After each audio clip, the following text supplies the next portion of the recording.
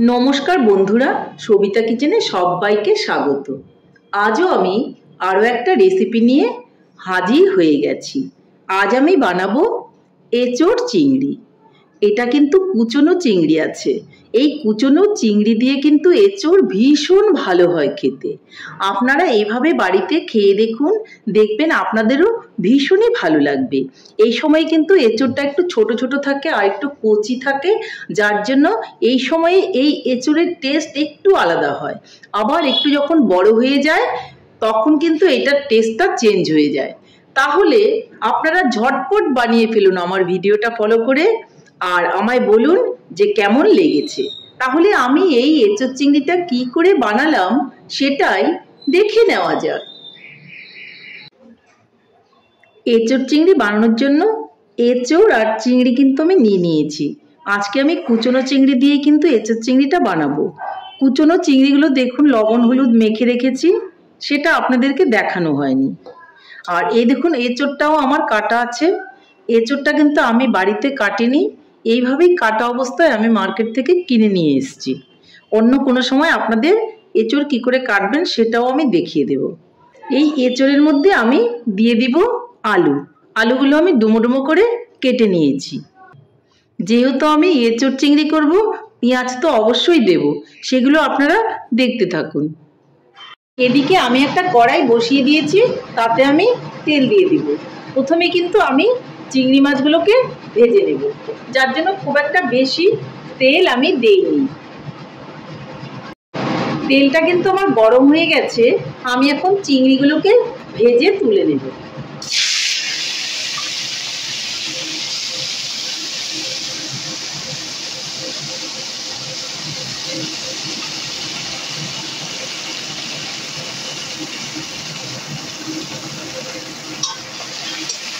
দেখুন দেওয়ার সঙ্গে সঙ্গে কীরকম লাল হয়ে গেল। চিংড়ি মাছ খুব বেশি ভাজার দরকার নেই, তাহলে কিন্তু আবার শক্ত হয়ে যাবে। এখন আমি মাছগুলোকে তুলে দিচ্ছি।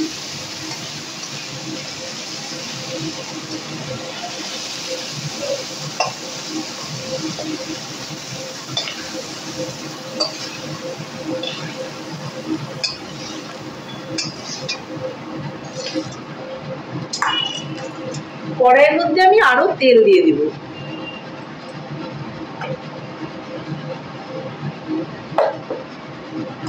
এঁচোড়ের মধ্যে কিন্তু একটু বেশি করেই তেল দিতে হবে, তাহলে কিন্তু খেতে ভীষণ ভালো লাগবে।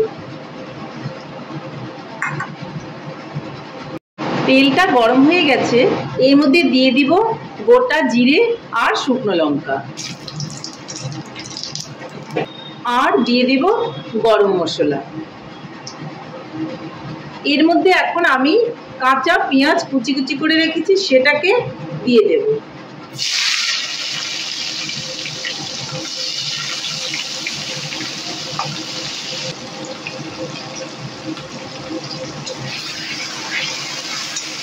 ভালো করে লাল লাল করে আমি পেঁয়াজগুলোকে ভেজে নেব।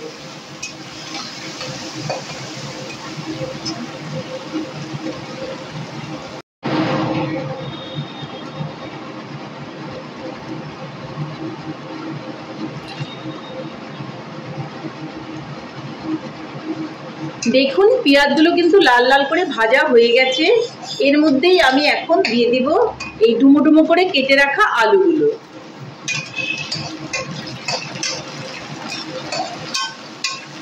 একটু নেড়ে চেড়ে আলুগুলোর সঙ্গে পেঁয়াজগুলো আবারও ভেজে নেব।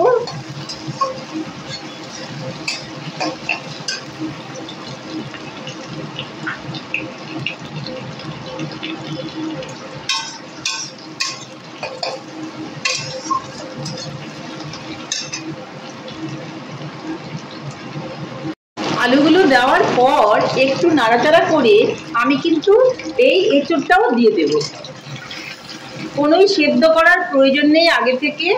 আমি কাঁচা এঁচোড়টাই কিন্তু ধুয়ে রেখে দিয়েছিলাম, সেটাই কিন্তু দিয়ে দিলাম। এখন এঁচোড় আলু আর পেঁয়াজ একসঙ্গে কিন্তু ভাজা ভাজা করে নেব। আর ঠিক এই সময়ে এর মধ্যে দিয়ে দিব লবণ।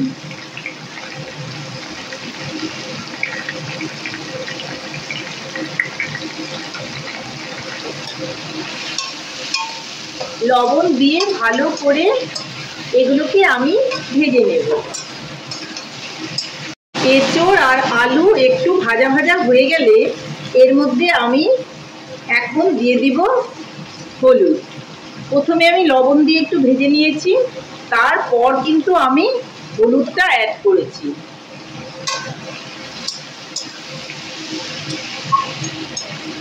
এঁচোড়টা সেদ্ধ না করেই দেখবেন এত সুন্দর করে রান্না করা যায়।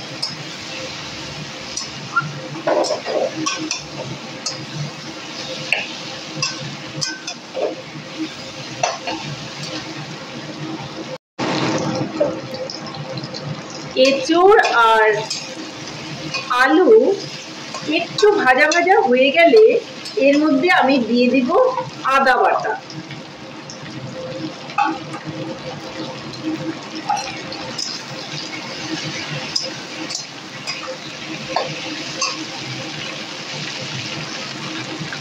দিয়ে দেব লঙ্কা আর রসুন বাটা। আমি কিন্তু কাঁচা লঙ্কা দিয়ে রান্নাটা করব, শুকনো লঙ্কা দিয়ে আমি রান্নাটা করব না। কাঁচা লঙ্কা দিয়েই আপনারা রান্না করে খাবেন, দেখবেন ভীষণ ভালো হবে। ভালো করে আমি এগুলোকে ভেজে নেব। এখন আমি এর মধ্যে দিয়ে দেব টমেটো বাটা। ভালো করে কিন্তু আমি এখন কষাতে থাকবো।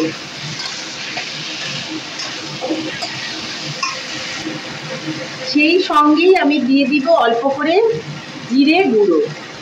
জিরেটা আমি বেটে দিইনি, গুঁড়োটাই দিয়ে দিচ্ছি। এখন ভালো করে আমি কষাতে থাকবো। মশলাটা কষানোর সময় আমি দিয়ে দিব অল্প করে চিনি। এতে কিন্তু কালারটা খুবই ভালো আসবে। দেখুন এখানে টমেটো বাটা দেওয়া হয়েছে, সঙ্গে একটু চিনিও দেওয়া হয়েছে, আর যার জন্য কিন্তু কষে কষে কালারটা খুব সুন্দর হয়েছে। এইভাবেই আমি কষিয়ে নেব।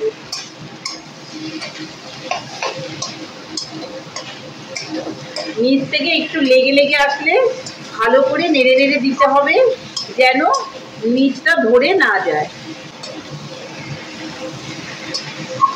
ভালো করে কষাতে থাকলেই কিন্তু এঁচোড়টা 50% সেদ্ধ হয়ে যাবে।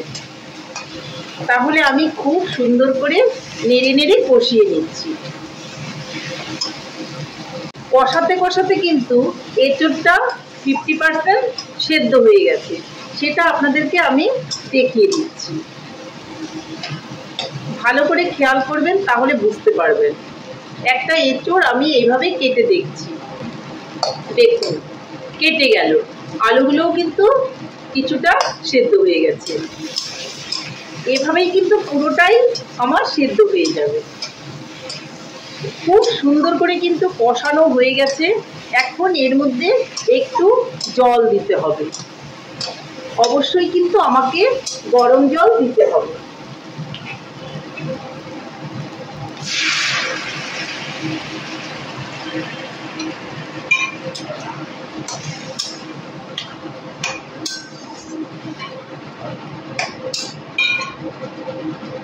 গরম জল দিয়ে একটা ঢাকা দিয়ে আমি রেখে দেব।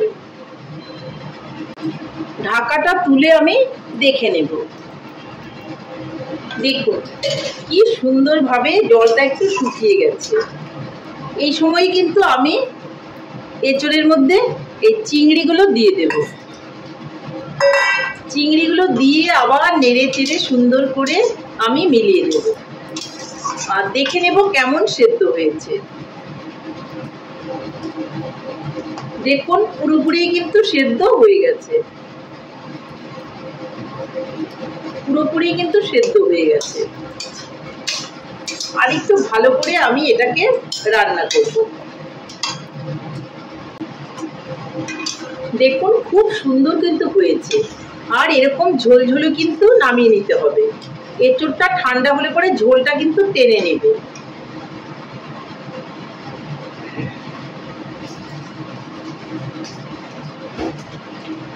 এই সময়ে আমি এর মধ্যে গরম মশলা অ্যাড করে দেব।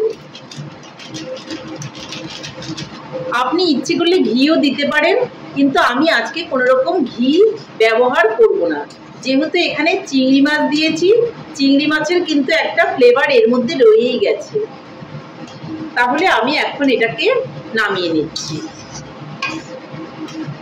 নামিয়ে নিয়ে আপনাদেরকে আমি দেখাচ্ছি। বন্ধুরা, আমার এঁচোড় চিংড়ি কিন্তু ফাইনালি রেডি। দেখুন চিংড়ি দিয়ে কি সুন্দর করে আমি এঁচোড়টা রান্না করেছি। দেখতেও যতটা সুন্দর হয়েছে, খেতেও কিন্তু ততটাই ভালো হয়েছে। একবার বাড়িতে এইভাবে এঁচোড় চিংড়ি দিয়ে রান্না করুন, আর গরম ভাত রুটি পরোটার সঙ্গে খান, দেখবেন আপনাদেরও ভীষণই ভালো লাগবে। তাহলে বন্ধুরা, আমার রেসিপিটা আপনাদের কেমন লেগেছে? আমার রেসিপিটা যদি আপনাদের ভালো লাগে তাহলে লাইক, শেয়ার, কমেন্ট করতে ভুলবেন না। আর আপনি যদি আমার চ্যানেলের নতুন বন্ধু হয়ে থাকেন তাহলে চ্যানেলটা সাবস্ক্রাইব করার অনুরোধ রইল। পাশে থাকা বেল আইকনটি প্রেস করে রাখুন আমার নিত্য নতুন রেসিপির আপডেট পেতে।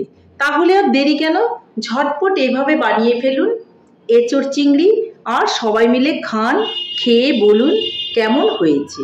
নমস্কার, ভালো থাকবেন, সুস্থ থাকবেন। আবার দেখা হবে আরও একটা রেসিপির সঙ্গে।